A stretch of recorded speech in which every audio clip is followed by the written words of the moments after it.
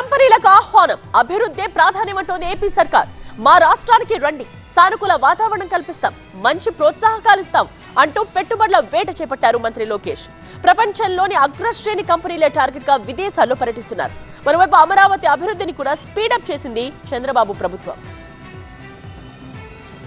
అమెరికాలో పలు ఐటీ కంపెనీల ప్రతినిధులతో భేటీ అయ్యారు మంత్రి లోకేష్. ముఖ్యంగా గూగుల్ సీఈఓ సుందర్ పిచాయ్ని కలిసిన మంత్రి విశాఖలో గూగుల్ ఏఐ డేటా సెంటర్ పనుల పురోగతిపై ఆరా తీశారు. గూగుల్ డేటా సెంటర్ కు మార్చిలో శంకుస్థాపన చేస్తామన్నారు. డ్రోన్ సిటీలో అసెంబ్లింగ్ యూనిట్ ఏర్పాటు చేయాలని పిచాయ్ని కోరారు మంత్రి లోకేష్. అమరావతిలో ఇంటెల్ ఏఐ రీసెర్చ్ సెంటర్ ఏర్పాటు చేసే అంశాన్ని పరిశీలించాలన్నారు.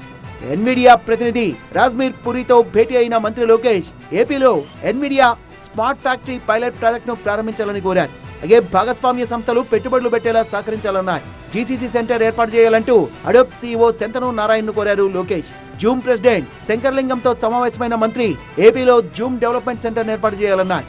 రాష్ట్రాన్ని పునర్నిర్మాణం చేస్తున్నామన్న సీఎం చంద్రబాబు డబ్బులు లేవని ఆర్థిక శాఖ అధికారులు చెప్తున్నా మాట నిలబెట్టుకోవడం ముఖ్యమన్నారు.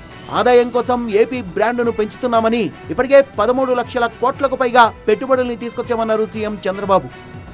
ఈ రోజు మీరు చూస్తే AP brand very strong brand. ఇది over a period of time AP brand weak కావడమే కాకుండా డ్యామేజ్ అయింది.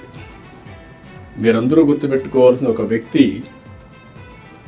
వ్యక్తి యొక్క ప్రవర్తన వల్ల over a period of time ఆయన పరపతి పెరుగుతుంది.